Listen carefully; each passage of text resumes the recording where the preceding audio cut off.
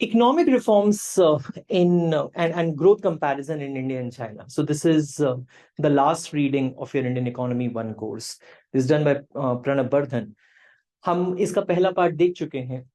अब इस particular recording में हम पहले तो इंडस्ट्रियल सेक्टर को जो कंपैरिजन है इंडिया और चाइना के बीच में उसको देख रहे हैं। बर्धन साहब ने जो इंडस्ट्रियल सेक्टर का कंपैरिजन है वो 3 चीजों पे करा है। पहले तो उन्होंने ट्रेड को कंपेयर करा है इंडिया और चाइना के बीच में, फिर उन्होंने इंडस्ट्रियल ग्रोथ की एग्रीगेट परफॉर्मेंस को कंपेयर करा है इंडिया और चाइना के बीच में, और फिर उन्होंने सर्विस सेक्टर की ग्रोथ को कंपेयर करा है। अगर आप ट्रेड को देखें, comparison of trade between India and China, तो आप ये पाएंगे जो proportion of total trade to GDP है, जब हमारे रिफॉर्म्स चालू हुए 1990-91 में, राइट, तो जो proportion of total trade to GDP था वो 16% था, और रीसेंट ईयर्स में बढ़ के वो 45% पे हो गया। जब उनके रिफॉर्म्स चालू हुए अराउंड 1978-79, वहां पे उस समय 1982 की स्टडी के हिसाब से अगर आप चाइना में देखें तो जो proportion of total trade to GDP था वो 21% था, और जो रीसेंट ईयर्स में बढ़ के 65% हो गया। तो मतलब जो चाइना का जो प्रोपोर्शन है टोटल ट्रेड में इन टर्म्स ऑफ जीडीपी में टोटल ट्रेड का जो प्रोपोर्शन है वो कहीं ज्यादा है एज कंपेयर टू इंडिया। दूसरा, अगर हम टैरिफ्स के बारे में बात करें, तो ये बात पक्की है कि बर्धन साहब कहते हैं कि जो हमारे इंडिया में जो टैरिफ्स हैं वो ट्वाइस हैं चाइना के कंपैरिजन में, क्योंकि वो ज्यादा हैं, और हमारी कंट्री के जो एंटी डंपिंग मेजर्स हैं वो वर्ल्ड में सबसे प्रोटेक्शनिस्ट है। दिस इज व्हाट बर्धन साहब व्यू इज, एंड तो इसका मतलब है कि जो चाइना है दैट इज मोर ओपन, और हम अभी भी प्रोटेक्शनिस्ट रिजीम के अंदर हैं। फिर अगर आप इंडस्ट्रियल ग्रोथ की परफॉर्मेंस को देखते हैं इंडिया और चाइना में इन एग्रीगेट, तो उन्होंने इंडस्ट्री लेवल कंपैरिजन करा है पीपीपी टर्म्स में, परचेजिंग पावर पैरिटी टर्म्स में, for the year 1980 to 2004. There was a study by Wu, Rao and Lee in 2008. इस स्टडी के बेसिस पे जो ऑथर्स थे उन्होंने जो हमारी कंट्री और चाइना के बीच में जो डिफरेंट काइंड्स ऑफ इंडस्ट्रीज थी उनको 4 भागों में बांटा था, उनको 4 ग्रुप्स में बांटा था। सो जनरली मुझे चाइना को अलग से लिखने की जरूरत नहीं थी। मैं हर बार इसके अंदर I have just written it down for you. हम बताएंगे जैसे पहला इंडस्ट्री ग्रुप में क्या हमारी इंडस्ट्रीज ज्यादा प्रोडक्टिव थी कि चाइना की थी। तो if it is my industry is more productive, I don't not have to write anything in China. मतलब मैंने आपको सिंप्लीफाई करने के लिए इस तरह का टेबल बना दिया है, आप देख लीजिएगा। ग्रुप 1 में जिस तरह की इंडस्ट्रीज थी, ग्रुप 1 में जिस तरह की इंडस्ट्रीज थी वो इंडस्ट्रीज कुछ ये बता रही थी जैसे कि मशीनरी एंड इक्विपमेंट्स के बारे में। अब हमारी कंट्री में जब इसका बिगिनिंग ऑफ द पीरियड लिया गया, राइट, तो हमारी इंडस्ट्रीज ज्यादा प्रोडक्टिव थी as compare to China, and by the end of the period, right, जो हमारी इंडस्ट्रीज और उनकी इंडस्ट्रीज के बीच में जो गैप था, मतलब क्योंकि हमारी इंडस्ट्रीज मशीनरी और इक्विपमेंट में ज्यादा प्रोडक्टिव थी चाइना से, और लेकिन वो गैप कम से कम होता चला गया, और कहीं किसी केसेस में तो नेगेटिव भी हो गया। मतलब चाइना की industries by the end of the period, कुछ industries machinery and equipment sector में हमारे से ज्यादा प्रोडक्टिव हो गई। फिर ग्रुप 2 उन्होंने कहा food, beverages, chemical, building materials, metal products, ये ग्रुप 2 में आते हैं। उसके लिए उन्होंने कहा कि हमारी और उनकी इंडस्ट्रीज की जो प्रोडक्टिविटी थी वो मोर और लेस सेम थी, राइट। ग्रुप 3 में अगर आप देखें तो ये कुछ इंडस्ट्रीज आ रही हैं, textiles, apparels, wood products, leather and leather products, rubber, plastics, basic metals. तो हमारी इंडस्ट्रीज ने उनकी इंडस्ट्री से बेहतर परफॉर्म करा टीएफपी ग्रोथ में 90s तक, और उसके बाद हमारी टीएफपी ग्रोथ कम होने लगी इन इंडस्ट्रीज।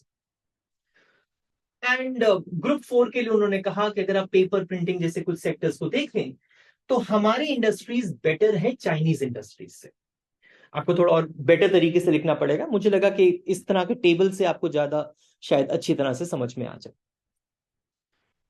फिर उन्होंने सर्विस सेक्टर के ग्रोथ के बारे में कहा कि देखिए ये तो पक्की बात है कि जो चाइनीज ग्रोथ है वो मैन्युफैक्चरिंग ग्रोथ थी, जो हमारी ग्रोथ हुई है वो सर्विसेज की ग्रोथ है। 1978 से 93 के बीच में जो टीएफपी ग्रोथ हुआ सर्विसेज सेक्टर में वो 1.4% था। हमारे इकोनॉमिक रिफॉर्म्स के बाद 1993 से 2004 में जो फैक्टर प्रोडक्टिविटी ग्रोथ है इन सर्विसेज सेक्टर वो 3.9% पर एनम रहा। देखिए अगर आप इस 3.9% को देखें तो आप बर्दन साहब कहते हैं कि इस बात को आप ध्यान में रखिएगा कि ये सारी की सारी ग्रोथ जो थी वो सिर्फ फाइनेंस में, वो सिर्फ टेलीकम्युनिकेशंस में, हाँ, सिर्फ उधर नहीं हुई थी ग्रोथ। सिर्फ इन्हीं मेन सेक्टर्स में जो ग्रोथ हुई थी, ऐसा नहीं है कि सिर्फ फाइनेंस ग्रो कर रहा था, कि सिर्फ बिजनेस सर्विसेज ग्रो कर रही थी, कि सिर्फ टेलीकम्युनिकेशंस ग्रो कर रहा था, ऐसा नहीं है। और वो सिर्फ इन्हीं के बारे में क्यों बात कर रहे हैं? वो इन्हीं के बारे में इसलिए बात कर रहे हैं बिकॉज इन इंडस्ट्रीज पे रिफॉर्म्स का सबसे ज्यादा असर था। इन इंडस्ट्रीज पे रिफॉर्म्स का सबसे ज्यादा असर था, तब भी वो कह रहे हैं कि आप ये नहीं कह सकते कि जो सर्विसेज सेक्टर में ये जो भी ग्रोथ हुई है, टीएफपी ग्रोथ हुई है, वो मेनली इन इंडस्ट्रीज की वजह से हुई है इनकी वजह से। बट बहुत बड़ा पोर्शन सर्विसेज सेक्टर का अनऑर्गेनाइज्ड सेक्टर में आता है, जो कि ट्रेडिशनल सेक्टर, राइट। और जो वो ट्रेडिशनल सेक्टर कितना इफेक्ट हुआ रिफॉर्म्स के द्वारा, कितना इफेक्ट नहीं हुआ, ये देखने की बात है। मतलब विच इज वो ये कहते हैं इट इज अनलाइकली कि ये जो unorganise sector, unorganise services sector था वो वो डायरेक्टली इफेक्ट हुआ होगा रिफॉर्म्स से। हो सकता है कि जो कुछ फॉर्मल सर्विसेज सेक्टर की जो फर्म्स थी उन्होंने इन अनऑर्गेनाइज सेक्टर वाली फर्म्स को सब कॉन्ट्रैक्ट देना चालू कर दिया, मैं भी शायद।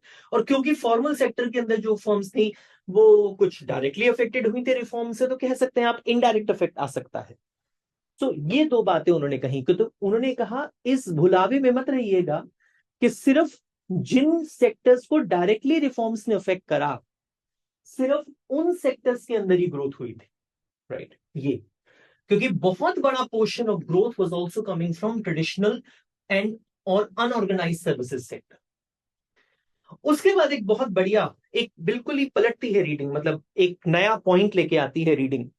और रीडिंग ये कहती है कि हमारी कंट्री में बहुत बड़ा massive expansion of of labour intensive manufacturing jobs नहीं हुआ as compare to Chinese industry.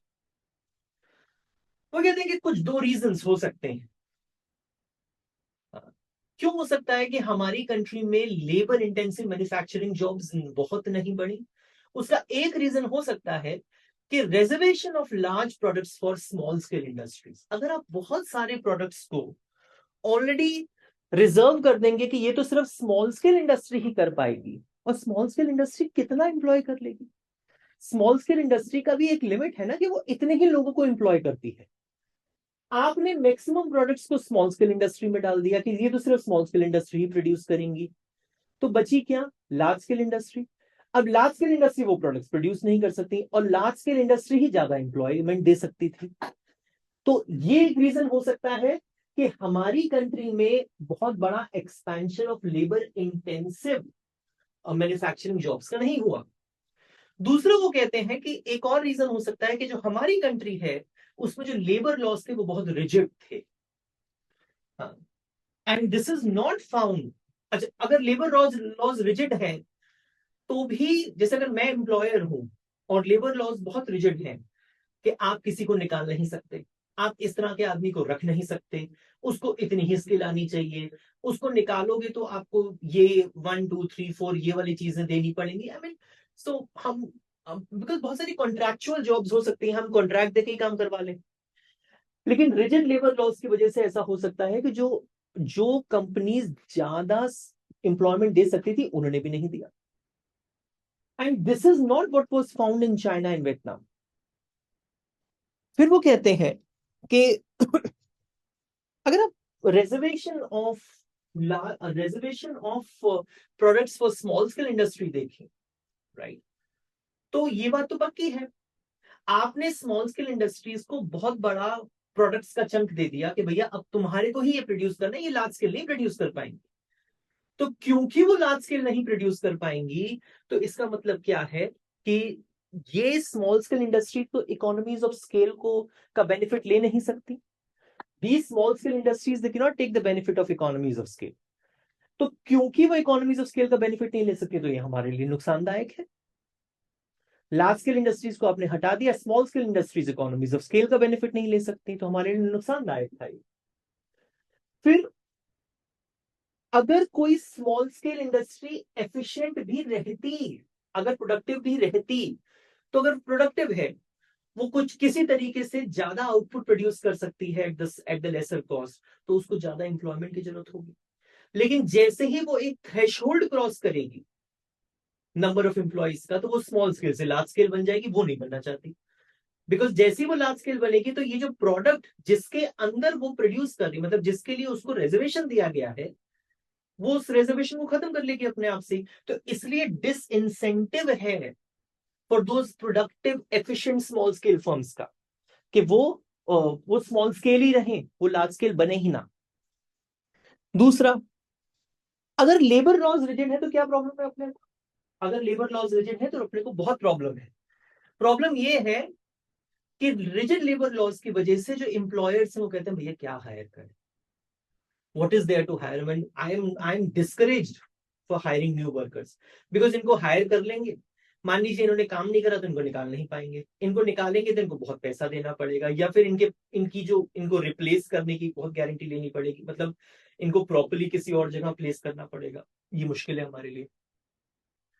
फिर अगर लेबर लॉज रिजिड है, तो मैं एज एन एम्प्लॉयर सोचूंगा भैया लेबर नहीं यूज कर सकते, कैपिटल यूज कर लो। तो अगर मैं कैपिटल यूज करने लगूंगा, तो मुझे लगेगा ठीक है भाई, मुझे लेबर की जरूरत नहीं है, ये काम तो मेरा कैपिटल ही कर देगी, मशीन ही कर देगी। तो इसलिए कैपिटल इंटेंसिटी इन प्रोडक्शन बढ़ती है, right, inhibits entry and exit of the firms. अगर रिजिड लेबर लॉज है, मैं लॉस में जा रहा हूं, तो भी मैं एम्प्लॉयज को नहीं निकाल सकता, मैं एग्जिट कैसे करूंगा, right. So entry exit inhibit होती है।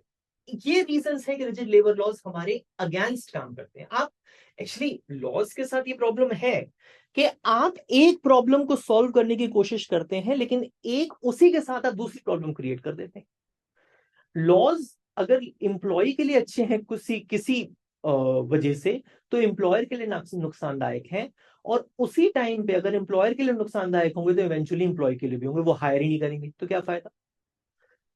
फिर कुछ इकोनॉमिस्ट थे, उन्होंने कहा भैया ये ना बहुत एग्जैजरेटेड व्यू है, इतना आपको ध्यान पे देने की जरूरत नहीं है, इनको ये small scale reservation of products को और रिजिड लेबर लॉज के बारे में इतना सोचने की आवश्यकता नहीं है, राइट। और ऐसा नहीं हुआ है हमारी कंट्री में कि जो लार्ज कंपनीज थी उन्होंने ये रिजर्व प्रोडक्ट्स नहीं बना पाए। हमारे पास कहते हैं बहुत बहुत इंस्टेंसेस हैं जहां पे इन लार्ज कंपनीज ने भी बहुत सारे रिजर्व्ड प्रोडक्ट्स पे काम करा। लार्ज कंपनीज हमारी कंट्री में, लार्ज कंपनीज ने इंटरनेशनल स्केल हासिल करा करा करा स्पिनिंग के अंदर, राइट, स्पिनिंग के अंदर, right, for both for cotton and manmade fibres. ये तो रिजर्व थे, फिर भी लार्ज कंपनीज आई, हम इंटरनेशनल स्केल तक पहुंच पाए। तो कहते हैं आप ये सब बातें ना करें कि लार्ज कंपनीज इसमें नहीं आ सकती, राइट। और फिर अगर आप ये देखें कि भैया इंडिया में तो बड़ा मुश्किल है, आप चाइना को देख लीजिए, चाइना ने कितना ग्रोथ कर लिया इसके अंदर। तो कहते हैं भाई अगर आप टेक्सटाइल सेक्टर को ही देखें, ठीक है चाइना ने ग्रोथ करा होगा टेक्सटाइल सेक्टर में, लेकिन जो जो 60% of the total sales and exports in the textile sector वो स्मॉल स्केल फर्म से आ रहा था, ना कि लार्ज स्केल फर्म से। तो वो दोनों तरफ से बता रहे कि एग्जैजरेटेड व्यू है, आप ज्यादा इस पे ध्यान नहीं दे सकते। हाँ। फिर रीडिंग और थोड़ा सा डीप गई, और रीडिंग अब आपको ये बता रही है कि what are the arguments reflecting के जो रिजिड लेबर लॉस थे वो हमारे लिए हमारी इंडस्ट्रियल ग्रोथ को इफेक्ट कर रहे थे। हाँ। एक स्टडी हुई थी दत्ता रॉय के द्वारा 2004 में। उन्होंने कहा कि जब इस तरह के लॉज आए, अब ये लेबर लॉज के बारे में बात होगी डिटेल में, कि जब इस तरह के लॉज आए जहां पे जॉब सिक्योरिटी देने की बात हुई, आप निकाल नहीं सकते आदमी को, I mean without certain clauses आप नहीं निकाल सकते उसको, रिजिड लेबर लॉज थे। तो जब जॉब सिक्योरिटी देने की बात आई तो उन्होंने कहा इसकी वजह से आप ये कहें कि लेबर मार्केट की रिजिडिटी हुई है, कोई बहुत सेंसिबल बात नहीं है। जो लेबर मार्केट रिजिड था वो इन लॉज के पहले भी था और उतना ही इन लॉज के बाद भी रहा। तो इन लॉज पे ये प्रत्यारोपण करना, ये आरोपण करना कि इन लॉज की वजह से इंडस्ट्रियल ग्रोथ नहीं, ये थोड़ा सा दूर की बात लगती है। दूसरी जो उन्होंने कहा, अब उन्होंने ये अब वो इस बात का आर्गुमेंट्स दे रहे हैं कि जो रिजिड लेबर लॉज थे ये रिस्पॉन्सिबल नहीं थे हमारी कम इंडस्ट्रियल ग्रोथ के लिए। जैसे कि देश पांडे की दूसरी रीडिंग थी, उसमें कहा कि भाई रिजिड लेबर लॉज का तो ये मतलब हो सकता था कि आप एम्प्लॉयमेंट कम नहीं कर सकते, आप लोगों को निकाल नहीं सकते, आसानी से हायर नहीं कर सकते, और बट बहुत सारी फर्म्स अपनी एम्प्लॉयमेंट को चेंज कर पाई in spite of these rigid labour laws. जब रिट्रेंचमेंट होती थी, जब तो बहुत सारी पॉलिटिकल पार्टीज कुछ कहेंगी भी नहीं, राइट। फिर उन्होंने कहा चलो चाइनीज लेबर मार्केट ही देख लें। कहते हैं कि Chinese labour market seems to be more flexible than India. लेकिन अब बहुत ज्यादा डिफरेंस नहीं पा सकते जॉब सिक्योरिटी और बेनिफिट्स के बीच में। दो स्टडीज के बारे में उन्होंने बात करी। एक स्टडी हुई काय पाक एंड जाओ 2008 की। ये स्टडी कहती है कि 1990s के आखिर तक जो फर्म्स थी वो एक साल में 1% से ज्यादा अपनी वर्कफोर्स को नहीं निकाल सकती थी।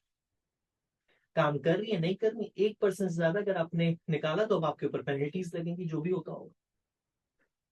और अगर आपने निकाला है तो उनको प्लेस करने की भी जिम्मेदारी आपकी बन जाती है। तो भैया मैं तो बहुत डरूंगा, इस तरह की फॉर्म बनने का फायदा ही क्या है? हाँ?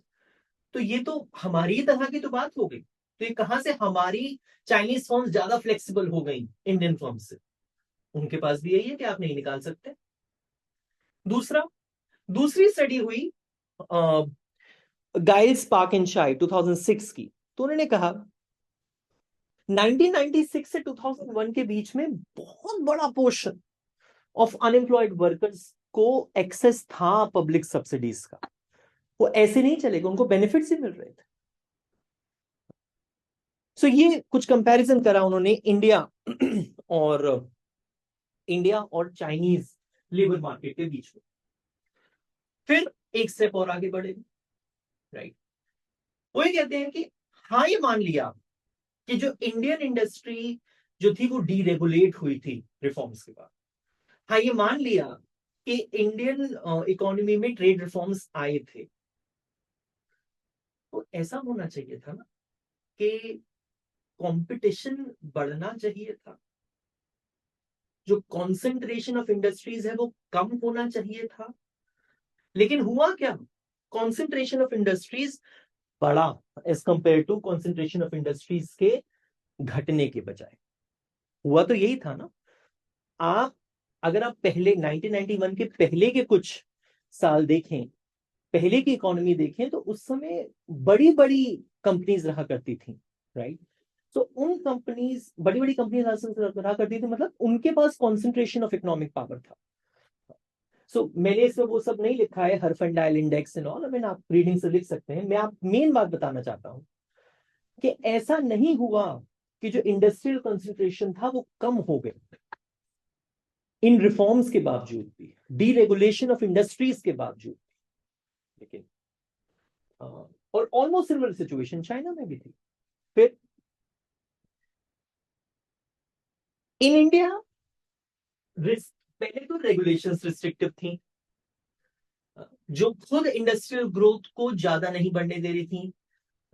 दूसरा, कॉन्सेंट्रेशन ऑफ इंडस्ट्रीज भी हाई था। तो और दोनों चीजों ने मिलकर जो हमारी इंडस्ट्रियल ग्रोथ था उसको नेगेटिवली इंपैक्ट करा।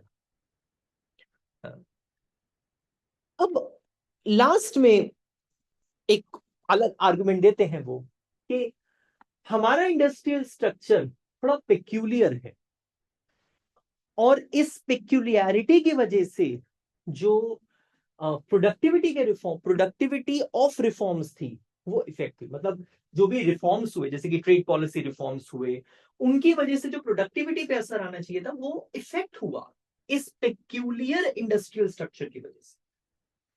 तो वो एक रीडिंग का, एक स्टडी का हवाला देते हैं। वो कहते हैं कि मजूमदार एंड सरकार 2008 की एक स्टडी थी, एंड वो उसमें कहते हैं कि इंडिया का एक पेक्यूलियर इंडस्ट्रियल स्ट्रक्चर है। किस तरह का? आप अगर ये देखें, manufacturing employment in India in 2000-2001, 42% of manufacturing employment in India was with the firms जो कि छोटी थी, 6 to 9 वर्कर्स। दूसरे एंड पे 23% of manufacturing employment in India with the firms of 500 plus workers. या तो बहुत ज्यादा में थी मैन्युफैक्चरिंग एम्प्लॉयमेंट या बहुत कम में थी। तो जो बीच का मिसिंग मिडल है वो कहां गया?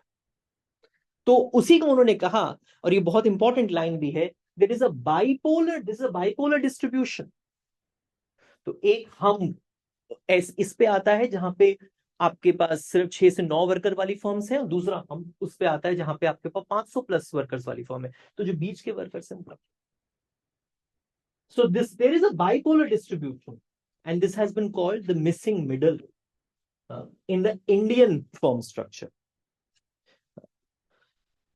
अच्छा, फिर वो ये कहते हैं कि जो ट्रेड रिफॉर्म्स थे, डीरेगुलेटरी रिफॉर्म्स थे, एंड होना क्या चाहिए? ट्रेड रिफॉर्म्स हुए, इंडस्ट्री डीरेगुलेट हुई, स्मॉल स्केल इंडस्ट्री का जो रिजर्वेशन था प्रोडक्ट्स के अंदर वो भी कम होने लगा। तो ये सारी चीजें तो इस बात की ओर इंगित करती है ना कि जो जो लार्ज फर्म्स हैं वो अब आराम से एम्प्लॉइज को हायर कर सकती थी। ऐसा नहीं हुआ। All of this has gone along with decrease and not the increase in the employment share of the large firms. Trade policy reforms हुए, deregulation of industry हुई, स्मॉल स्केल इंडस्ट्री को भी जो रिजर्वेशन मिली थी उसकी भी जो लिस्ट थी प्रोडक्ट्स की वो बहुत कम हो गई। तो लार्ज फर्म्स के लिए प्ले करने के लिए बहुत बड़ा प्लेग्राउंड था, तो वो ज्यादा एम्प्लॉइज रख सकते थे, लेकिन ऐसा नहीं हुआ। और फिर ये कहते हैं कि ऐसा क्या हुआ होगा, what are those factors which are responsible for missing middle and the decrease in employment share of the large firms. देखिए, ये एक इंपॉर्टेंट पॉइंट हो सकता है।